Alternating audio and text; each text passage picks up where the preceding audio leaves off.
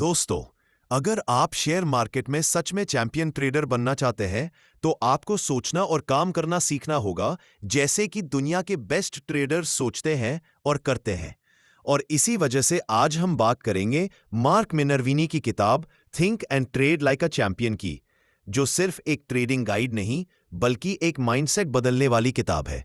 और अगर आप इसे दिल से समझ लें, तो आने वाले सालों में आपका ट्रेडिंग का नजरिया पूरी तरह बदल सकता है।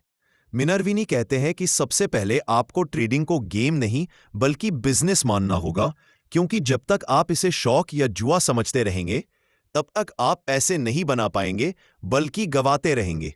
सोचिए, जैसे कोई दुकानदार माल खरीदने से पहले यह सोचता है कि कहां से खरीदूं, कितनी मात्रा में खरीदूं, कितने दाम पर बेचूं और अगर न बिका तो कैसे निपटाऊं, वैसे ही ट्रेडर को यह तय करना चाहिए कि किस प्राइस पर एंट्री करनी है, कितने शेयर खरीदने हैं, किस प्राइस पर निकलना है और अगर गलत हो गया तो कितना नुकसान झेलना है।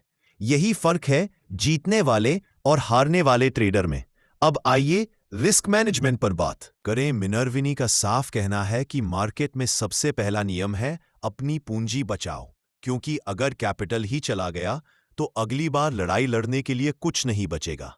मान लीजिए आपने 1 लाख रुपए इन्वेस्ट किए और बिना स्टॉप लॉस के बैठे रहे और स्टॉक 30% गिर गया। अब आपके पास 70,000 ही बचे और उस 70,000 से वापस 1 लाख बनने के लिए आपको लगभग 43% प्रॉफिट कमाना पड़ेगा, जो बहुत मुश्किल है। लेकिन अगर आपने पहले ही 8 से 10% नुकसान पर ट्रेड काट दिया होता, तो आपके पास लगभग पूरी ताकत बची रहती और अगला अच्छा ट्रेड आपको तुरंत वापस खड़ा कर देता। यही कारण है कि प्रोफेशनल ट्रेडर्स हमेशा स्टॉप लॉस का पालन करते हैं। अब स्टॉक्स चुनने की बारी आती है और मिनर्विनी कहते हैं कि हमेशा लीडर स्टॉक्स पर ध्यान दो, यानी वो स्टॉक्स जो मार्केट से तेज भाग रहे हो। उदाहरण के लिए, जब 2020 के बाद भारतीय मार्केट रिकवर हो रहा था, तो आईटी सेक्टर के स्टॉक्स जैसे डीसीएस, इन्फोसिस और टेक महिंद्रा ने सबसे पहले तेजी दिखाई और जिन्होंने इन्हें पकड़ा उन्होंने खूब पैसा बनाया। यही लीडरशिप है। इसके अलावा पैटर्न्स पर ध्यान देना जरूरी है और मिनर्विनी का खास पैटर्न है वीसीपी, यानी वॉलेटिलिटी कॉन्ट्रैक्शन पैटर्न, जिसमें स्टॉक बार बार गिरकर उठता है, लेकिन हर बार गिरने का स्तर छोटा होता जाता है और वॉल्यूम भी घटता जाता है। जैसे किसी स्प्रिंग को धीरे धीरे दबाया जा रहा हो और जब दबाव पूरा हो जाए तो अचानक जोर से उछल जाता है। भारतीय मार्केट का एक शानदार उदाहरण है ज़ोमैटो, जिसने आईपीओ के बाद गिरावट दिखाई, लेकिन बाद में एक लंबे बेस के बाद धीरे धीरे वीसीपी जैसा पैटर्न बनाकर ऊपर निकला और जिसने समय पर पकड़ा उसने बहुत कमाई की। अब एंट्री और एग्जिट की बात करें तो मिनर्विनी कहते हैं सही समय ही सब कुछ है और इसके लिए चीट एरिया एंट्री का कॉन्सेप्ट बहुत काम का है। मतलब आप स्टॉक को उस समय पकड़ो जब वह ब्रेकआउट के ठीक पहले है। इससे आपका रिस्क छोटा हो जाता है। मान लीजिए आपने HDFC बैंक 1500 पर देखा कि वह कई दिनों से कंप्रेस हो रहा है और अचानक वॉल्यूम के साथ ऊपर निकलने वाला है।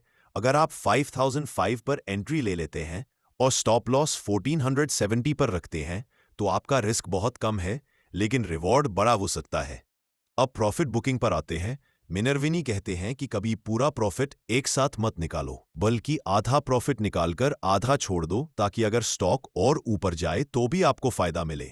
जैसे मान लीजिए आपने रिलायंस 2200 रुपए पर खरीदा और 2400 रुपए पर पहुंच गया, तो आप आधा बेच दो, आपका रिस्क निकल गया और बाकी शेयर अब फ्री में चल रहे हैं। और अगर रिलायंस आगे 2600 रुपए, 2800 रुपए तक गया, तो वो बोनस प्रॉफिट होगा। लेकिन दोस्तों, इन सब के बावजूद अगर आपका माइंडसेट सही नहीं है, तो आप टिक नहीं पाएंगे, क्योंकि मिनर्विनी कहते हैं कि ट्रेडिंग 80% माइंडसेट है और सिर्फ 20% स्ट्रैटेजी।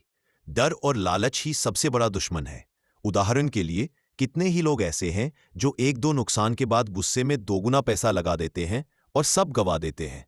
वहीं चैंपियन ट्रेडर वही है जो शांत रहता है, अपने नियमों का पालन करता है और कभी डिसिप्लिन नहीं तोड़ता। मिनर्विनी की 5 गोल्डन सीखें हैं।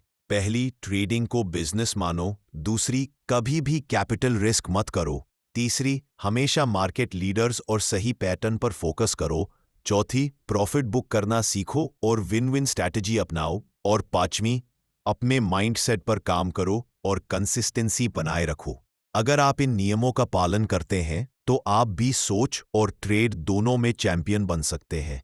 भारतीय मार्केट के और भी उदाहरण देखें तो 2021 में अडानी ग्रुप के स्टॉक्स ने शानदार रैली दी और जिन्होंने ट्रेंड पकड़ा उन्होंने अपनी पूंजी कई गुना कर ली, लेकिन जिन्होंने बिना रिस्क मैनेजमेंट के ब्लाइंडली खरीदा वे बाद में 2023 की गिरावट में बुरी तरह फंस गए। यही फर्क है नियम मानने वाले और नियम तोड़ने वाले में। इसी तरह इन्फोसिस ने बार बार बेहतरीन बेस पैटर्न दिए हैं और जिसने इन्हें पहचाना उसने लंबी अवधि में लगातार प्रॉफिट बनाया। यह किताब बार बार हमें यही याद दिलाती है कि ट्रेडिंग में लंबा टिकने के लिए जीत से ज्यादा जरूरी है हार को छोटा रखना।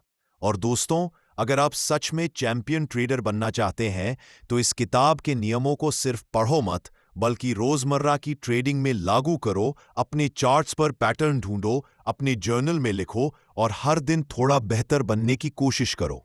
तभी आप मार्केट से लगातार पैसा बना पाओगे।